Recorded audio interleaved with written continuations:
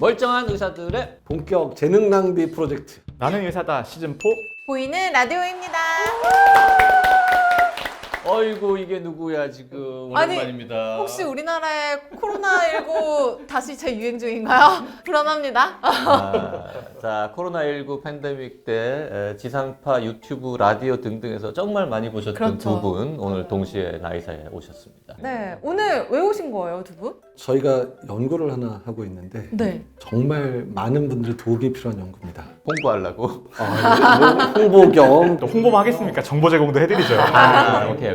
네, 오늘 방송 내용이 진짜 중요한 게 사실 사람들이 다 말로는 막 롱코비드 뭐 코로나 후유증 얘기를 하는데 놀랍게도 전 세계에서 롱코비드의 실체에 대해서 아직 아무도 모르는 거잖아요.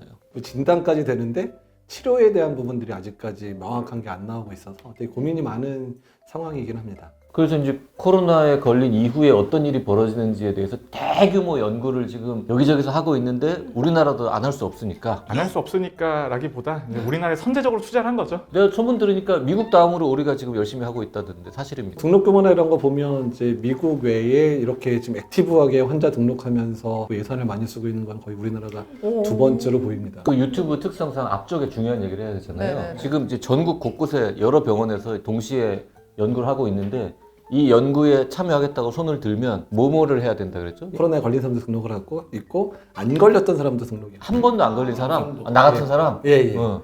걸린 이후에 롱코비드 증상이 있는 사람, 그다음에 걸렸는데 롱코비드 증상이 없는 사람, 네. 마지막으로 아예 안 걸렸던 사람을 이제 등록을 해서 각각의 군들에서 어떤 차이가 있길래 어떤 사람은 롱코비드가 생기고 어떤 사람은 왜 안 생겼고 아예 안 생긴 사람들하고 또 어떤 차이가 있어서 이 사람들의 병의 기전까지 찾는 연구를 진행을 하고 있습니다.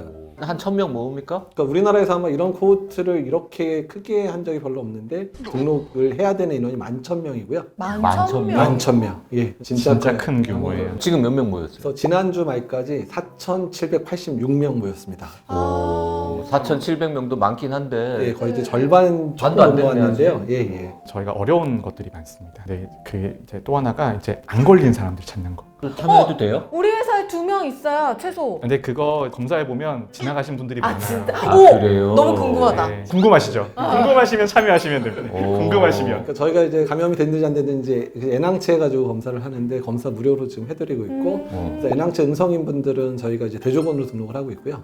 N항체 양성인 분들은 죄송하지만 일단 등록 못합니다. 이렇게. 가면은 뭐 피 검사하고 뭐 이렇게 대화도 하고 뭐 설문지도 쓰고 뭐 이런 거 하는 거죠. 일단 참여하기로 결정해서 연락을 주시면 저희가 사전에 설문지 받을 수 있는 링크 보내면 핸드폰으로 입력을 하고 오시면 병원에서 한 이제 검진하고 이런 것까지 하면 이제 아마 1시간에서 2시간 이내에 다 끝나고요. 정리를 해드리면 저희가 11,000명 모으잖아요. 네. 10,000명은 코로나 걸리셨던 분, 어. 1,000명은 코로나19에 안 걸리신 분들, 그리고 10,000명들 중에서 굉장히 소수의 분들은 저희가 이제 MRI 유전체 검사까지 해드리는 분들이 MRI? MRI 어디로 찍어요? 왜요? 머리 찍어서 이제 그 사람들이 롱코비드 증상 중에서 이제 브레인 포그 같은 네네. 부분들 아, 뇌와 관련된 예. 증상 있는지 찾느라고. 만성 피로 증후군 있는 분 중에서 실제 MRI에도 이상이 생기나 이런 것들도 좀 보고 있고요. 그리고 11,000명들은 피검사 풀세트. 풀세트라 함은 뭐부터 뭐까지를 해준다고? 이제 기본적인 이제 혈액 검사 안에 들어가 있는 거는요. 이제 뭐 백혈구 수치라든지 빈혈 수치라든지 혈소판 수치 같은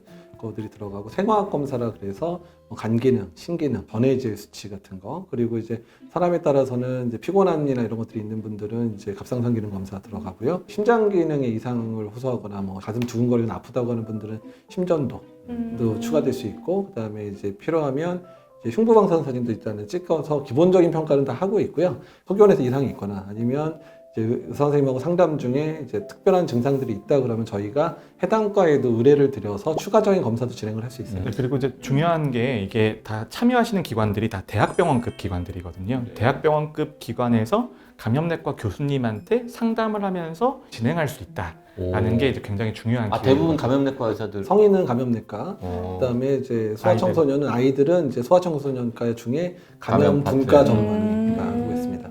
대학병원 교수님을 가장 빠르게 보실 수 있는 방법. 음. 저희가 이제 다른 임상 시험이랑 다르게 이제 환자분들께서 가지시는 추가적인 위험이 굉장히 적은 연구예요. 그러게요. 이거는 그냥 계속 저희가 추적해드리고 관리해드리는 개념이니까. 오히려 더 좋은 거 아니에요? 나의 네. 건강을 한 번 더 이렇게 스크리닝 할 수도 그렇죠. 있는 네. 거고.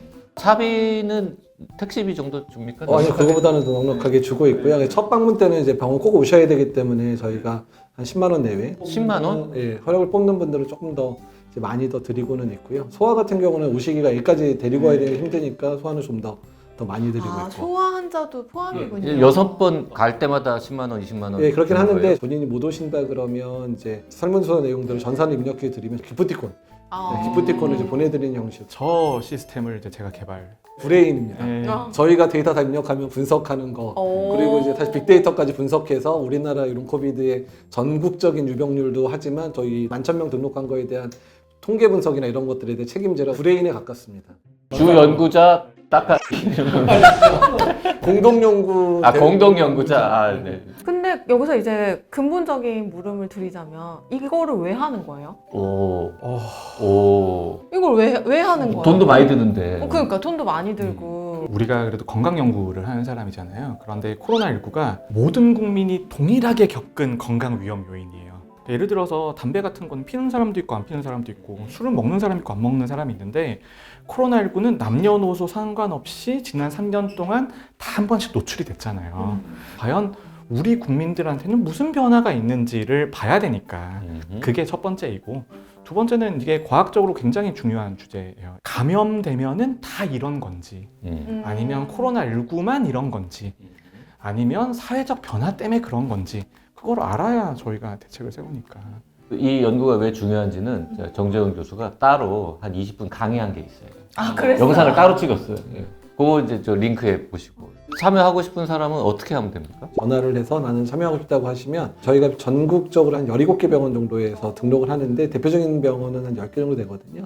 그래서 가까운 병원에 가서 이제 신청하고 등록할 수 있게 해드릴 수 있습니다. 전화번호밖에 없어요? 전화 너무 옛날 방식 아니에요? 아, 예. QR 코드나 뭐 홈페이지 이런 거 없어요? 홈페이지도 있긴 있는데 저희가 환자 등록이나 이런 부분들은 개인정보를 중간에 수집을 해야 되는 상황들이 되기 때문에 일단 기본적으로 통화를 해야 되는 통화를 해야 되고 진료 예약도 해드리고 진료 접수도 해드려야 돼서 그 다음에 어디로 가시면 가장 가까운 데서 이거 하실 수 있는지. 그렇지. 아. 뭐 어쨌든 뭐 그 건강 검진도 좀 하고 공짜로. 진짜 그분들한테 문제가 있을 수 있거든요. 그 과정에서 증상도 확인하고 그 다음에 이제 뭔가 해결책도 찾을 수 있고 정기적으로 상담도 받으시는 거잖아요. 이 연구는 언제까지 하는 겁니까? 네, 일단은 이제 환자 등록은 11,000명 될 때까지 하는데 내년 3월 정도면 등록이 완료될 거라고 예상을 하고 있기는 하고요. 2025년 6월 정도까지 저희가 추적을 할 거고 그 이후에는 통계 분석이나 이런 분석해야 돼서 2025년 12월 말에 연구는 종료되게 돼 있습니다.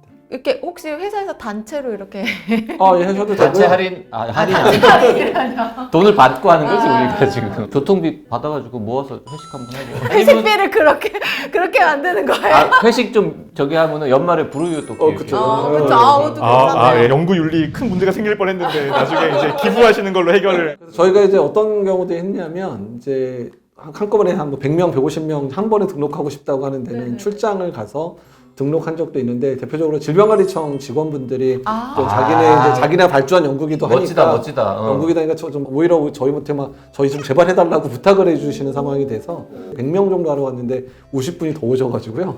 150분 등록하고 온 적도 있고요. 지금 연말까지 월간 한 번이나 두 번 정도는 이제 출장으로 해서 환자 등록도 하고 있습니다. 자, 코로나19 아직 안 끝났고 네. 끝날 때까지는 끝난 게 아니다라고 했는데 이거는 아예 안 끝나는 병인 것 같지 않습니까? 그렇죠. 롱코비드 중에서 이제 뭐 호흡기 증상이나 이런 것들은 대부분 한두 달 내에 대부분 회복이 되시기는 하는데 정재훈 교수님 연구에서 몇 개 밝혀진 게 있지만 뭐 당뇨가 는다든지 또는 심장 질환이 는다든지 혈전증이 는다든지 이런 부분들은 아예 이제 합병증이나 후유증으로 장기간 어쩌면 평생 앓고 가야 되는 질환으로 남는 질환들도 상당히 많거든요. 감염된 분하고 감염되지 않은 분들 또는 백신을 맞은 분하고 안 맞은 분에서의 차이들이 나타나고 있는 부분들이 있고 심지어는 이제 치료를 빨리 받은 분하고 안 받은 분들 이런 분들에서도 차이가 나타나는 측면들이 있어서 저희가 이제 이런 부분들을 제대로 잘 증명해서 이제 잘 한다면 그러면은 사람들이 좀 더 백신을 더 맞아야 되는 건지 또는 치료제를 빨리 처방받아야 되는 건지에 대한 가이드를 우선 제공할 수 있을 거라고 생각이 들고요. 코로나19 팬데믹이 다시 왔을 때 혹은 뭐 다른 비슷한 바이러스 때문에 팬데믹이 생겼을 때 그런 연구 결과들을 응용해 가지고 더 잘 대처할 수 있게 되는 거죠. 지금 혹시 코로나19 백신 맞을까 말까 아직도 고민하시는 분들이 있을 것 같은데 그런 분들한테는 혹시 해주실 말이 있을까요? 정 교수님이 작년에 어마어마한 저널에 하나 실었잖아요. 자마라는. 오, 몰랐어. 전 세계에서 논문 실기 제일 어려운 저널 중에 하나죠. 예. 그런 사람입니다. 그 논문에 실렸던 부분들이 예방접종을 하신 분하고 안 한 분들을 비교를 했었을 때 예방접종을 한 분이 롱코비드 중에 가장 치명적인 심장질환에 대한 예방효과, 그다음에 뇌졸중 예방효과가 거의 50% 정도 나왔죠. 50% 정도 나오고 50% 정도. 백신 접종의 효과라는 게 처음에는 감염 막아준다라는 거에 집중을 했었고 그 다음에는 감염되더라도 중증이나 사망을 막아준다 그 정도까지 이제 많은 분들이 이해를 하고 계신데 최근에 밝혀지는 거는 접종하고 감염되면 롱코비드나 코로나19로 생길 수 있는 합병증이 장기간 많이 감소한다라는 연구들이 정말 많이 나와 있어요. 정말 많이 나와 있기 때문에 그러면 추가 접종을 하면 효과가 더 좋아질 거냐?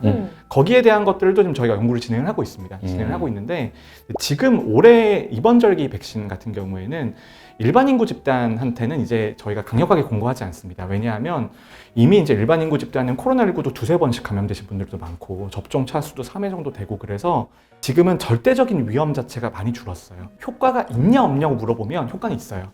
근데 효과가 모든 분들이 강력하게 접종을 하셔야 될 정도로 크냐라고 물어보면 일반 인구 집단은 크지 않아요.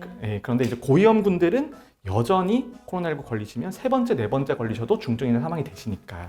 최근에 이제 여러 논문 중에 하나가 백신 접종했을 때 유익하고 위험도를 평가해서 연령별로 구분하는 데이터들이 나오고 있거든요. 근데 보니까 19세에서 39세까지를 그 수치에서 0일 때 이제 그냥 맞으면 좋은 네네네. 정도, 그냥 맞으나 마나인 상황이면 50대 같은 경우는 이미 1000 정도의 이익이 되고요. 그다음 65세 이상은 뭐 1600, 1800 이렇게 이익이 나오는 수준으로 올라가더라고요. 그리고 이제 50대에서 근데 이제 주로 더 이익이 되시는 분들은 아까 50대부터 보통 이제 뭐 고혈압이나 당뇨 이런 만성 질환이 시작되기 때문에 이런 질환이 있는 분들은 이제 50대여도 반드시 맞아야 된다고 생각하시면 될 것 같습니다. 자, 오늘 방송 여기까지 하고 네, 저는 백신 맞으러 가겠습니다. 네. 아직 끝나지 않은 코로나19 롱코비드 관련 큰 연구 주동하시는 두 분 모시고 여러 가지 얘기 들어봤습니다. 많이 참여해 주시면 고맙겠습니다. 네. 감사합니다. 감사합니다.